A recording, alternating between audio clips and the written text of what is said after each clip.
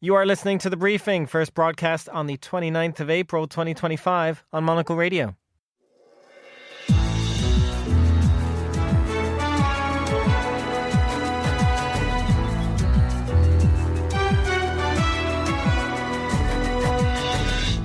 Hello and welcome to The Briefing, broadcasting live from Studio One here at Midori House in London. I'm Chris Chermak. Coming up on today's programme.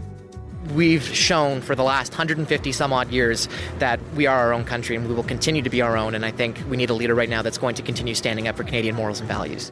Canada's voters have spoken, throwing their support behind the incumbent in an election that looked very, very different just a few months ago. From there, we shift to another possible Trump effect as the UK and European Union promise closer ties and freer trade. After that.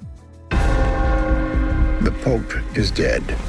The throne is vacant. The conclave begins now.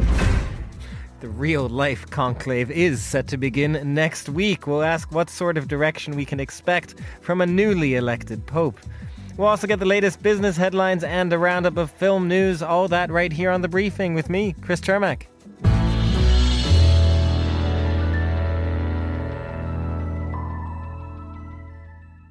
Mark Carney had only been in the job of Canadian Prime Minister for a few months, taking over from a beleaguered Justin Trudeau. But as of yesterday evening, Carney has officially been given a full term in office at the helm of a Liberal Party that has stormed all the way back from a 24-point deficit only a few months ago to win Canada's federal elections. Carney, in his victory speech, said that Trump will never beat us. But it certainly seems like Trump beat the Canadian Conservative opposition, which is left wondering how they let power slip from their grasp. Monocle's correspondent in Canada, Tomos Lewis, followed the day's events for us from Toronto, and he sent us this report. So it's just gone about 3:30 in the afternoon on Election Day here in Canada, and I've come to a voting station here in downtown Toronto at a community centre, which is housed inside a former church building.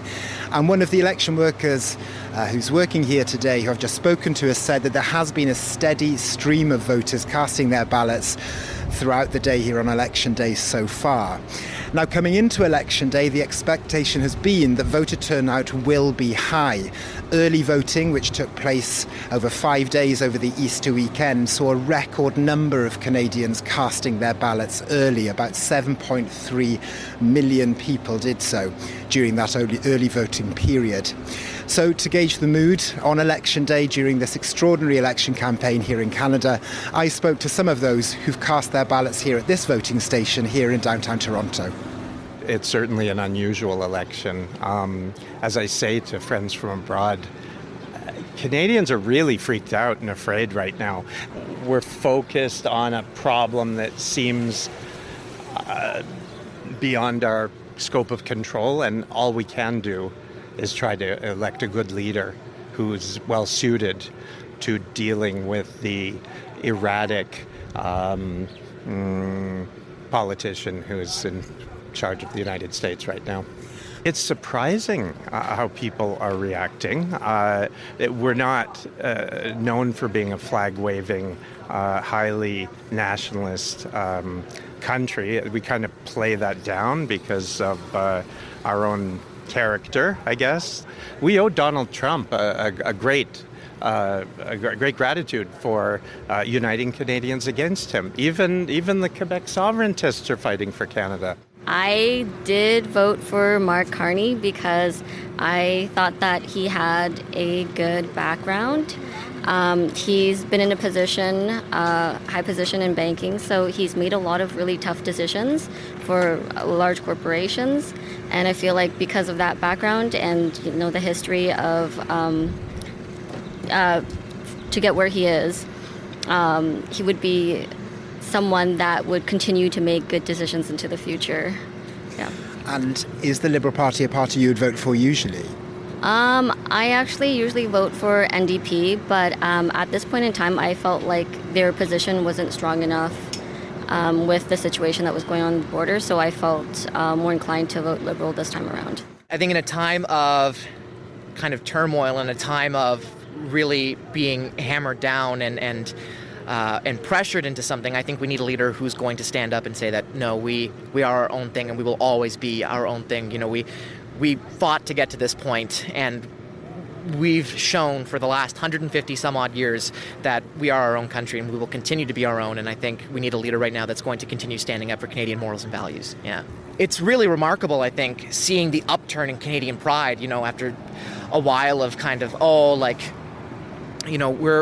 good, like we're fine where we are, but now to really have a stronger sense of Canadian pride and being proud for what we stand for and who we are, I think has been absolutely remarkable.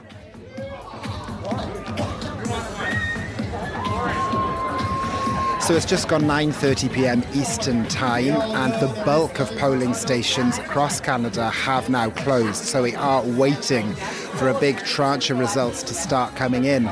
Now, I'm at the El Macambo nightclub in downtown Toronto. This is one of the most storied music venues in the city. The Rolling Stones and a great roster of other music greats have performed here over the years. But tonight is the election night headquarters for Chrystia Freeland. She is the Member of Parliament for this riding, this constituency in Toronto. And it's because of her, in many ways, that Canadians are being asked to go to the polls today in the first place. It's her shock resignation back in December that led to the resignation of Prime Minister Justin Trudeau and the ascent of Mark Carney as his successor. Here she is!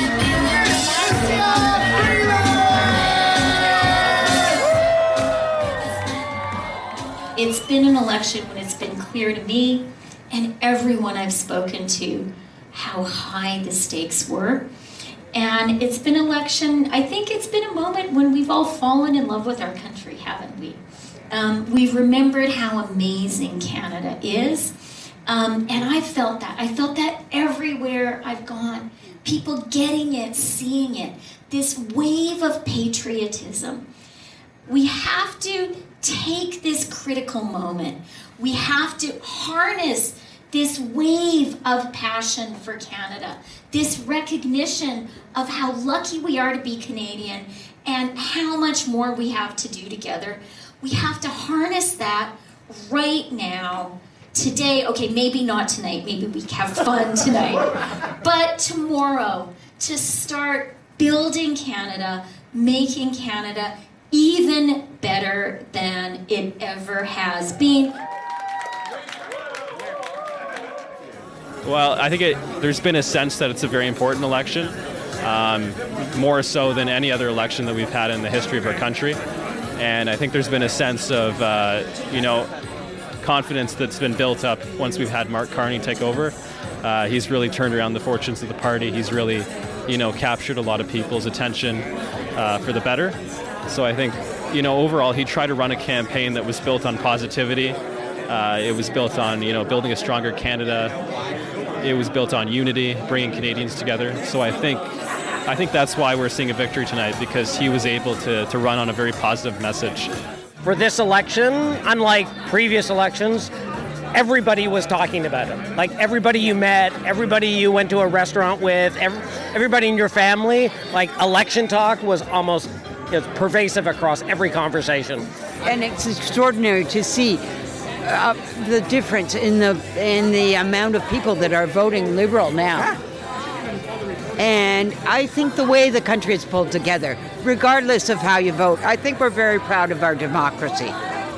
And that everybody's free to vote whichever way they want, in a civil and polite manner, which is very Canadian. Thank you very much to Monocle's correspondent in Toronto, Tomos Lewis, at a celebratory gathering over there in Canada. Quite an election it's been. Now here's Carlotta Ribello with the day's other news headlines. Thanks, Chris. More than half of the tourist destinations in India's Kashmir have been closed to the public. The measure is a bid to tighten security following last week's attack on holidaymakers in the region. India has identified 2 of the 3 perpetrators as so-called terrorists from Pakistan. The European Court of Justice said Malta needs to end its golden passport program that allows wealthy foreigners to buy citizenship. The court ruled Malta's scheme was an infringement of EU law and said that although member states can determine how they grant or withdraw nationality, it eroded the principle of mutual trust between member states. And electricity has been restored to most of Spain and Portugal following huge nationwide blackouts across the countries on Monday. Authorities are now being pressed for an explanation of what caused one of the biggest power outages ever seen in Europe. Those are today's headlines. Back to you, Chris. Thanks very much, Carlotta. Now, next month, we'll see what is shaping up to be a landmark summit between the United Kingdom and European Union that aims to reset the relationship for a world post-Brexit, post-Russia's invasion of Ukraine, and post-Trump 2.0, or rather in it, I suppose. A new draft declaration leaked in the past few days suggests that the summit on the 19th of May will include a declaration in favor of free trade and a security partnership that will include a commitment to Ukraine's independent future. Nina Dos Santos is an international broadcast correspondent, former CNN Europe editor and Monocle regular. Nina, great to have you back on the show. You don't have to look very far for the irony here, I have to say, Nina, in the UK committing to free trade with a bloc that they chose to exit less than a decade ago. How much of a reset are we really talking about here?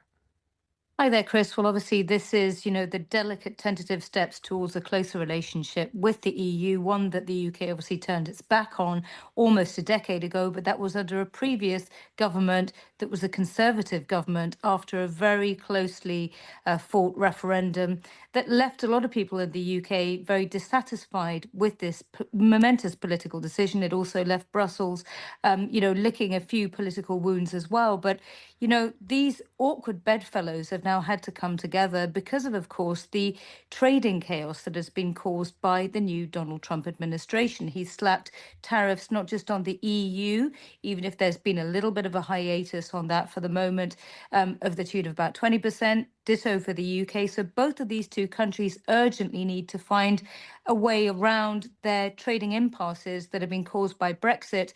And there are other security considerations as well, such as, for instance, war in Ukraine that they wouldn't have had to deal with all those years ago when Brexit was originally voted for. And Nina, that does beg the question, doesn't it, that not only is it the fact that there's a new government here in the UK, but how much will Trump's actions of the past few weeks, both on trade and on Ukraine for that matter, have shaped this declaration and what we're expecting next month? How different might this have been if, say, Kamala Harris had won in November? That's a great question. We don't so much know about Kamala Harris, but we do know that Joe Biden, her Democratic Party predecessor, obviously, was very hostile to the idea of a trade deal with the United Kingdom, largely because he was very irritated with how the UK had dealt with the issue of Northern Ireland and the border issues over trade as a result of that Brexit deal. Whether Kamala Harris might have towed a different line, we don't know, but presumably one would assume that even though the Labour Party in the UK, which is now in government, might be more ideologically aligned to the Democrats in the United States on the issue of trade, it appears as though the US Democrats were not giving way. With Donald Trump's return to the White House, what has happened is that this has actually brought the UK and the EU closer together on those two issues I talked about. Defence, because the EU needs the UK's weapons manufacturers, and that's part of the backdrop to all these talks. But also economically, from the UK's point of view, actually the EU is a much larger trading partner for it than the United States. So it needs trade with the EU. The other issue that domestically, politically, Keir Starmer's government here in Britain needs is to try and get a grip on illegal migration. These small boats that cross the British Channel over to English Channel, over towards UK shores. Those boat journeys start when the weather gets better now as it's getting warmer in the spring and summer months. And so urgently they want to sort of curb that. So these are the three main issues that they're hoping to achieve in this summit that's taking place on May the 19th. Ursula von der Leyen had an early pre-meet and greet with Keir Starmer to hammer out and discuss some of these issues. And we believe that European diplomats are going to be briefed on Wednesday about these draft statements of a common understanding on defence, on migration, and also on the issue of trade. Just quickly, Nina, on that specific aspect of the UK wanting access to European defence funding, this is one of the sticking points, is it not? How much access do we expect UK defence companies to get? Well, obviously, the UK is one of the biggest defence players in the world. It's also home to a nuclear deterrent, the only other nuclear deterrent in Europe at a time like this, other than France. France is the other big weapons manufacturer. And so, as you'd imagine, the UK has had to try and get a closer relationship with Germany with regards to the issue of defence, because France doesn't necessarily want the competition. So what we've got in the backdrop happening in these negotiations is that the EU has opened up a whole bunch of new funding for its member states to start commissioning weapons manufacturing projects as soon as possible to buy European weaponry, largely because they're concerned that if they buy more from the United States, the US could potentially turn some of those weapons off in the future if they find themselves on opposite sides of a conflict. France, however, is saying, well, no, you should be buying French because it's part of the European Union, and they're being quite awkward on allowing UK defence manufacturers into some of these big contract proposals. It's likely that probably if concessions are made to France, that Germany will be able to exert enough pressure to put this through and to allow UK weapons manufacturers to be part of these bidding processes. And this will all be the type of thing that you can imagine is going to be lobbied about furiously on the sidelines of this summit in a couple of weeks' time. Nina dos Santos, thank you very much for joining us. You're listening to The Briefing on Monocle Radio.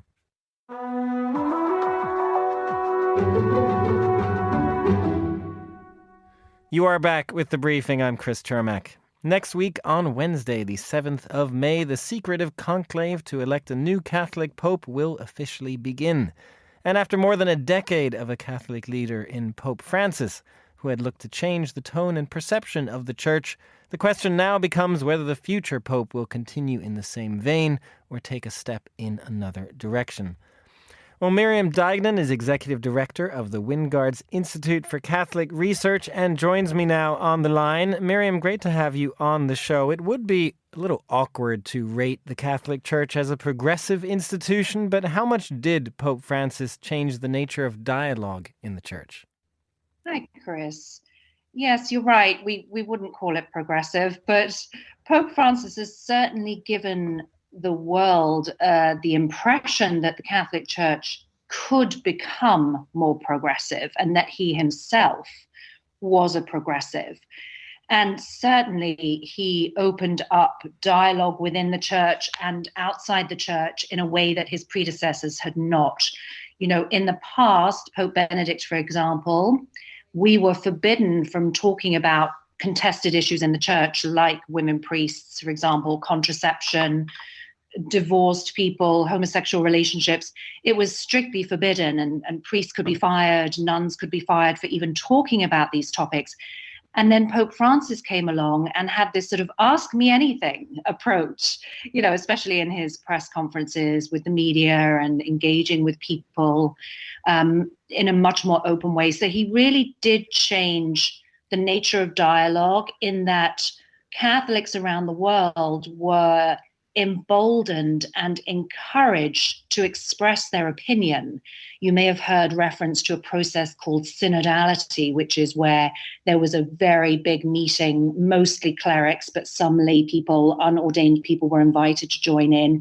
And they had roundtable discussions where the bishops and the priests and the cardinals were forced really to listen to lay people, including women. They were mandated that they couldn't interrupt. Everyone was given 4 minutes to have their say. And that's totally a big change for the Catholic Church, and certainly those in leadership who are not used to having to dialogue with their parishioners. It's a very dramatic change for them. Miriam, dialogue is one thing, and you really laid out there just how dramatically Pope Francis changed that dialogue and how this is done in the Church. But as we look towards the conclave next week, I suppose the question is how much of this dialogue turned into action and how much of that action would be irreversible and, would be continued by the next Pope?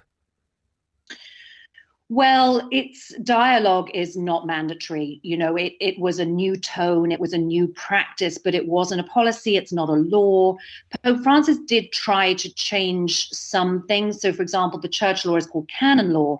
He put in 2 new additions to canon law saying that when the bishops next meet and have a synod, it is mandatory that the lay people are consulted before that synod.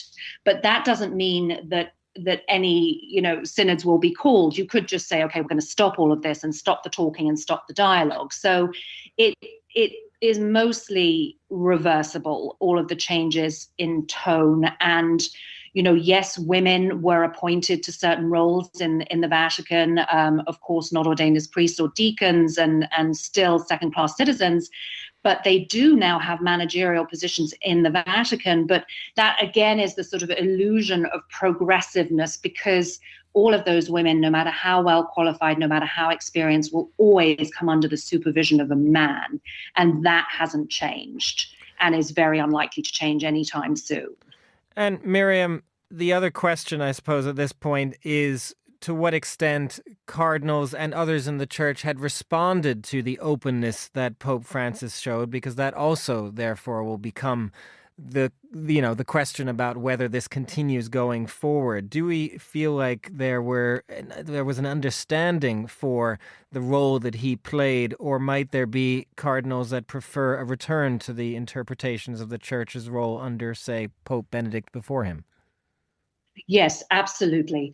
A lot of the cardinals in the church, and there's over 250 cardinals, as you probably know, those over the age of 80 will not be allowed to vote in the conclave, and there's going to be 133 of them. So really almost half of the cardinals, the leaders of each country's church, and the retired leaders who are still participating, they're quite old, and a lot of new cardinals were appointed by Pope Francis, and you would expect that they are much more in the vein of his desire to embrace the modern world and engage with people and be more open and welcoming. And I think there are cardinals who like that style, whether they're over 80 or under 80. It's not an age thing necessarily, but you can imagine what it's like for those men who joined a church where they knew they weren't going to get questioned.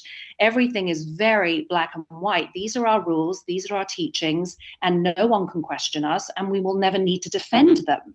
And what Pope Francis has done now, probably inadvertently, is exposed these leaders, these male leaders in the church, to a lot of questions, because now parishioners, where they live, when they meet people in churches and cathedrals, when they come to Rome, they're being, with the media, asking them questions. Why aren't women priests? Why can't gay people get married in the church? Why can't divorced people remarry and participate in the sacraments? So many questions they don't have the answers for, because A, they're not used to having to deal with these questions, and B, these contested teachings that have caused so much debate since Pope Francis was Pope, they're indefensible.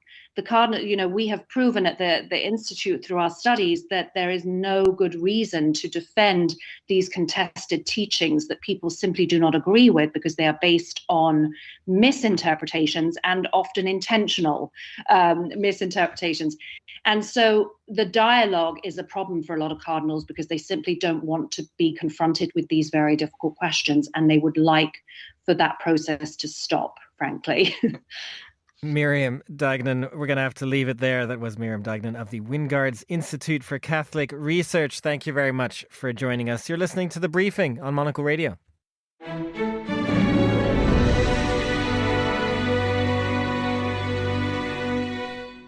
It is time now for a roundup of some of the day's business stories with Ewan Potts, a reporter from Bloomberg. Ewan, we're going to start with sort of the other side of the tariff challenges we've been seeing in the US and around the world, because it is earnings season. So we're getting some first signs of just how those tariffs are impacting all the companies, particularly here in Europe.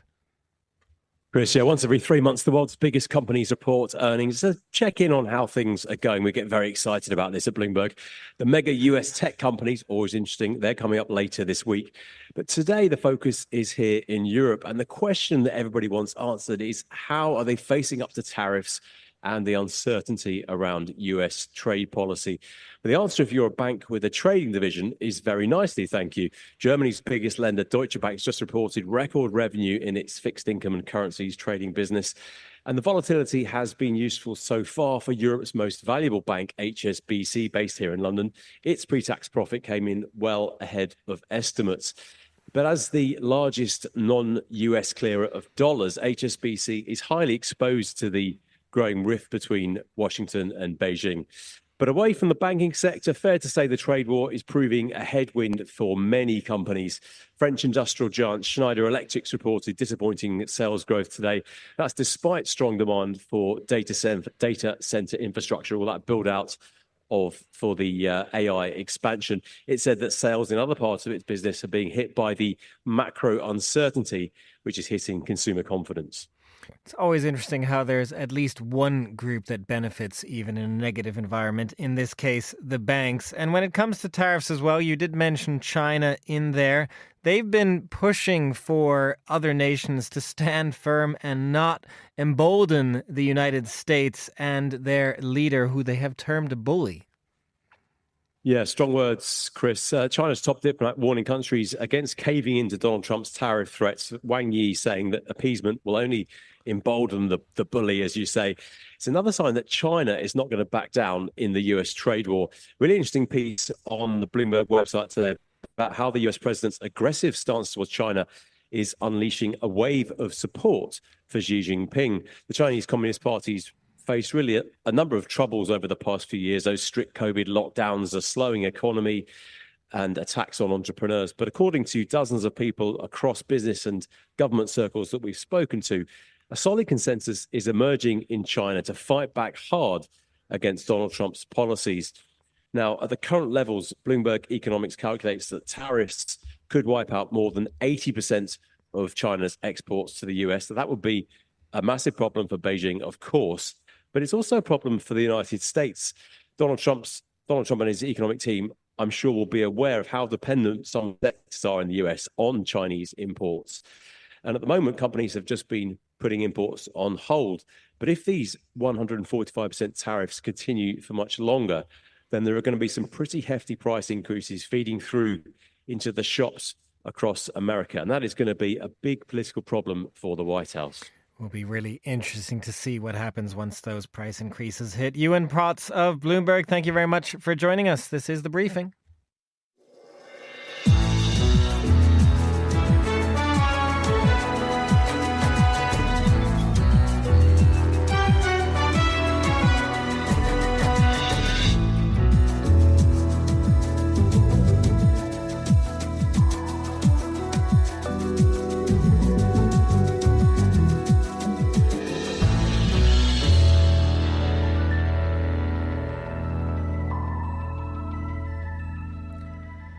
And finally, on today's show, we're going to do a roundup of film news with the film critic and Monocle regular, Karen Krzanovich. Karen, how are you doing? There's so much to talk about, actually, I think, in the film world. Very exciting recently, I have to say. It's almost like the cinema's back in our consciousness again. It is a very special moment. We're actually going to start, though, or I wanted to start because we've been speaking about the Pope currently a fair amount and the conclave that is coming. We even played a clip of conclave to start off our show because we just kind of couldn't resist, frankly, Karen. And, you know, there's going to be some inevitable conspiracy theories that are swirling around this because conclave is back in cinemas. It's back on streaming platforms. I mean, what's going on with this? I know, it's like it's pushing for an award. Don't worry, we killed an award for forecasting. Yes, we made reality here with conclave. Actually, conclave was conceived before Berger's first. That's what they'd like you to think, Karen. Okay, it's always a conspiracy.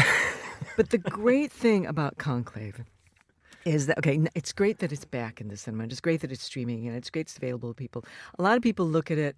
I mean, the marketing was really good, and it's visually striking. If you look at the posters or see the trailer, you think, I don't really care about these old guys, But it's a brilliantly made movie, and it's all about politics. And if you work with other people, you have politics in the office or at home or wherever. And it's a wonderful film. So I'm really glad that if Pope Francis had to pass away, that he did it now, while Conclave was available for us to watch, because it's a great film and it gives us the scope, tells about the scope of his office. And that's not the only one, of course, because there's another Vatican theme. There's a lot of Pope movies if you look. If you look, I'm sure. If you look, there's the two popes, which is a 2019 Netflix drama, which also picked up more viewers because Conclave's only so long, so you want to watch more popes. But I'm going to say, the longer the conclave is going to take, the more Pope movies are going to be I think the watched. longest one was over 2 years, and that was many, many centuries ago. That was a long time. That ago. it was. That was is that your before prediction? The Wi-Fi. Before the Wi-Fi is down, we're in here for 2 years. No, but I'm going to say, if you're really serious about your Pope movies, do the 1968 American classic called Shoes of a Fisherman. Which is incredible. I remember it stuck in my mind. We used to watch it all the time. It's the first time I ever saw the white smoke come out of the chimney. It's got a great cast: Oscar Werner, David Johansen, Victoria De Sica, and John Gielgud and Laurence Olivier, both of them, and a pope. A bunch of popes. Both of them and a bunch of popes. Okay, that is Karen's recommendation. But let's move on to a few other things because the box office is busy right now. We don't really want to talk about Minecraft because it's Minecraft, but it is, of course, taking over everything in the box office. But there are some other things that are actually pushing through below that. And one of them that you wanted to talk about that's been doing very well is Sinners. Sinners, yeah. Ryan Coogler's Sinners with Michael B. Jordan is just scraping. If you read the trades, it says it's only dropped 14%, which is, but it's dropped. That's a really good drop because people are going to see it. Some From people 1 week to another. Exactly, and some people aren't going to go back the next week and see it. It's an original film, and another thing is that he has the same deal that Quentin Tarantino has, that the rights revert to him from the studio after 25 years. So it's a wonderful film. It's doing incredibly well, and it's a mark of people being interested in original cinema, because it's a real mix of genres, and it's just, again, like Conclave. No popes in this one. But like Conclave, it's just a good film. And I think this is what people have been wanting. You know, we have enough of Marvel. We have enough of the sequels. That said, Star Wars Episode 3, Revenge of the Sith, you know, your favorite Halloween costume, did very well coming back as a reissue.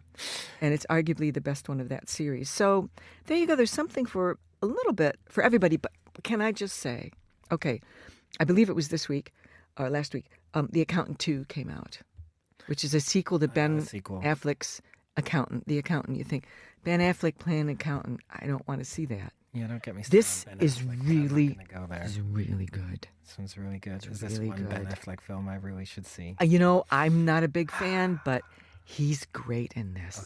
Okay. Well, one last thing before we let you go, Karen. The passing of a Hollywood legend. We want to talk about somebody that nobody will really remember. So tell us about this. And if you do remember her, then please turn up your hearing aid, which is a really ageist thing to say. I'm sorry.